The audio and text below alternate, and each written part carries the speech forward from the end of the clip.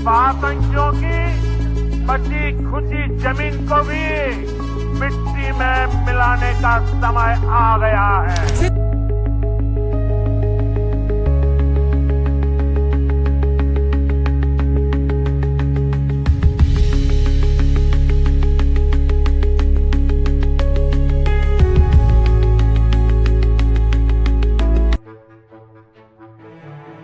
मोदी जी ने सिंदूर वर्ड इसलिए चुना क्योंकि ये पूरे इंडिया में साउथ को छोड़कर रेजोनेट करता है और जो लोग दुखी हैं उनको रेस्टोरेटिव जस्टिस का मैसेज देता है। वेडनेसडे की मिडनाइट के बाद पाकिस्तान के 9 टेरर हब्स पे मिसाइल अटैक हुआ, जिसमें बहावलपुर और मुरीदके भी थे, जो जैश-ई-मोहम्मद और लश्कर-ए-तैयबा के अड्डे हैं।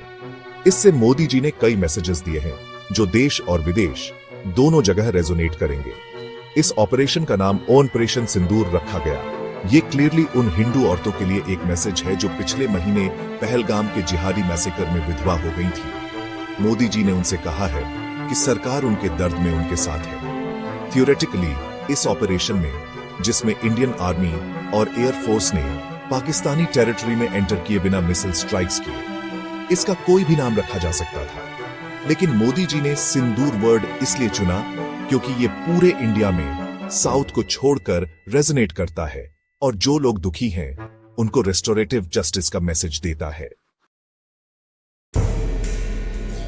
पाकिस्तान को मैसेज जो क्लियरली पहलगाम हमले के पीछे था और क्लियर नहीं हो सकता था।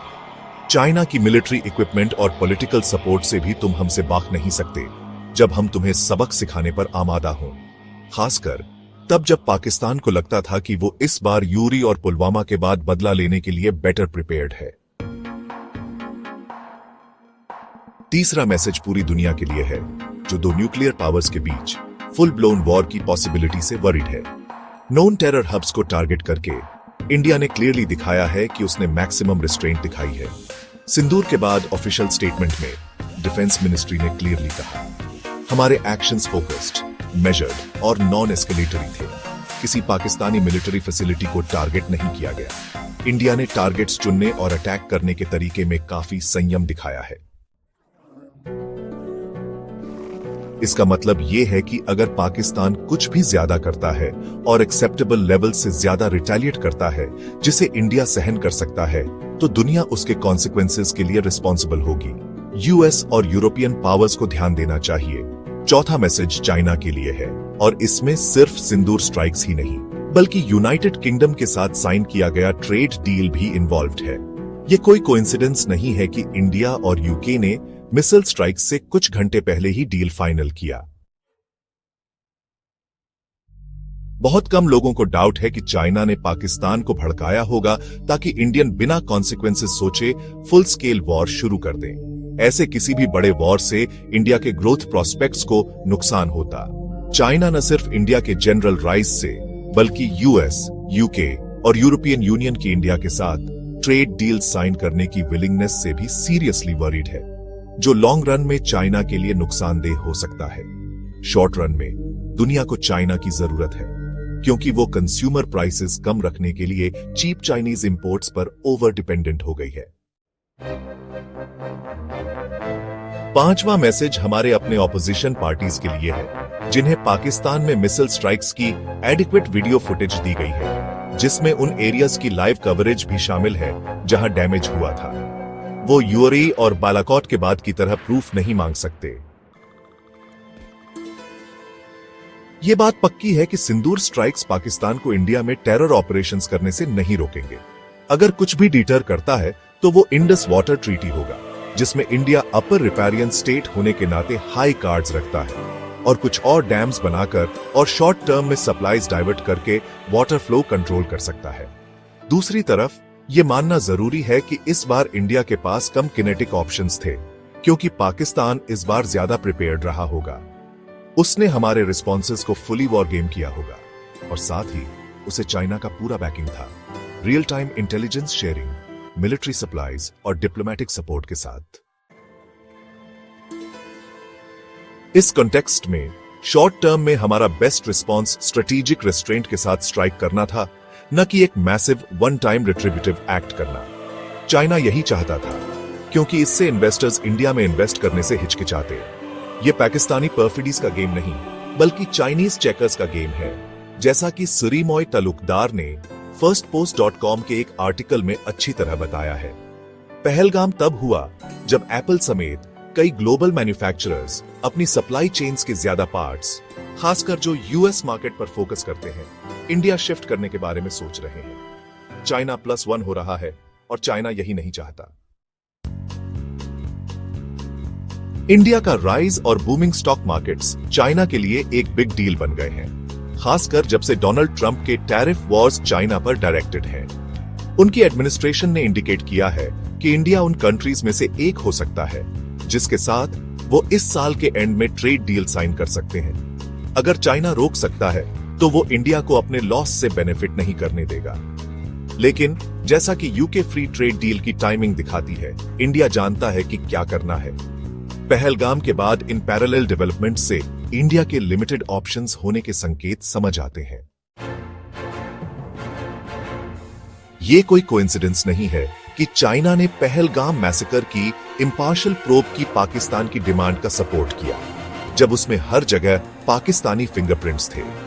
ये कोई कोइंसिडेंस नहीं है कि रूस, जिसे यूक्रेन वॉर अपने फेवर में खत्म होने तक चाइना की जरूरत है, ने भी इंटेंशंस के पीसफुल रेजोल्यूशन की बात की, जैसे कि पाकिस्तान के जिहादी टेरर और मारे गए हिंदूज के लिए जस्टिस पाने की इंडिया की कोशिशों के बीच कोई मॉरल इक्विवेलेंस हो।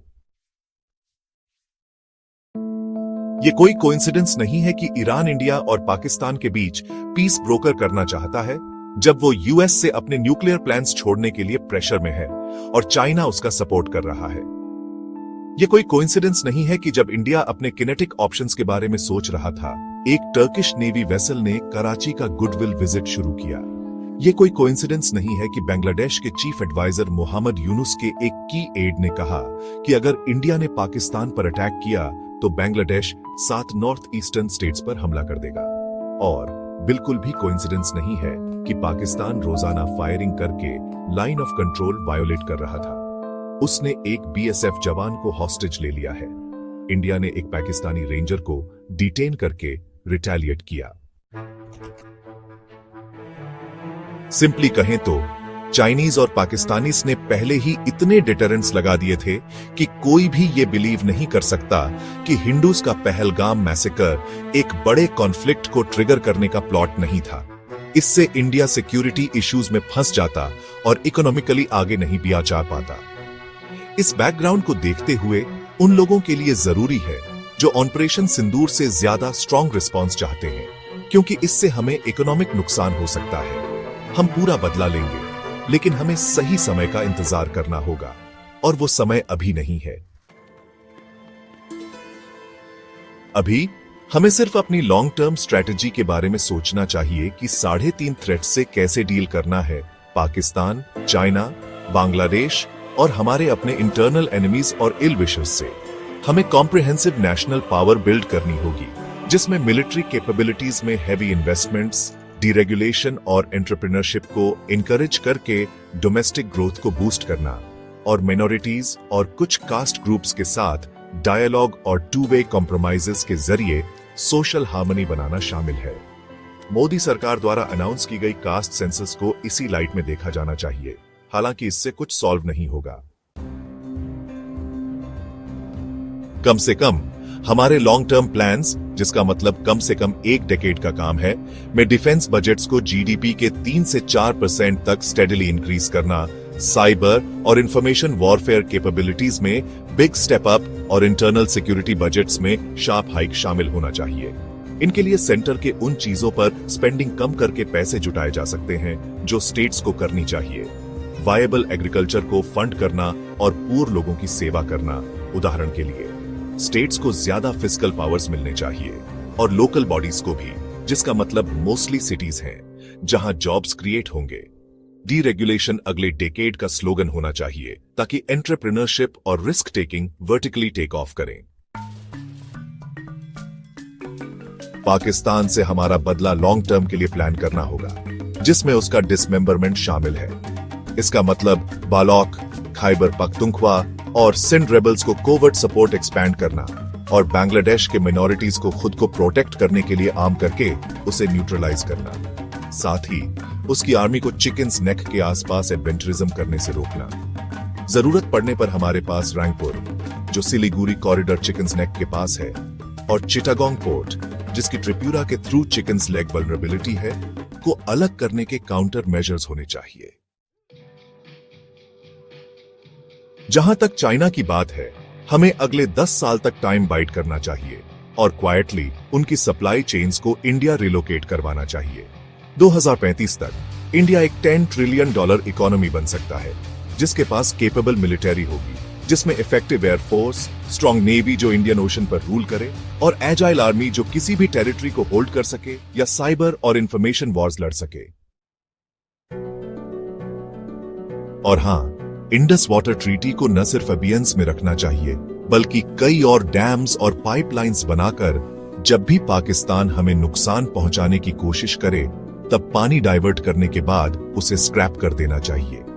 ये किसी भी शॉर्ट टर्म किनेटिक एक्शन से पाकिस्तानी एडवेंचरिज्म के लिए बेटर डिटरेंट होगा। पहलगाम का सबसे अच्छा बदला चाइनीज और पाकिस्तानी कोशिशों के बावजूद ऑड्स के अगेंस्ट सक्सीड करना है, जो इंडिया के राइज को स्लो डाउन करना चाहते हैं। ये वॉर का समय नहीं है, बल्कि वॉर कैपेबिलिटीज में इन्वेस्ट करने का समय है, ताकि अल्टीमेटली हम बिना लड़े जीत सकें, जैसा कि चाणक्य, sun Tzu और मकियावेली हमें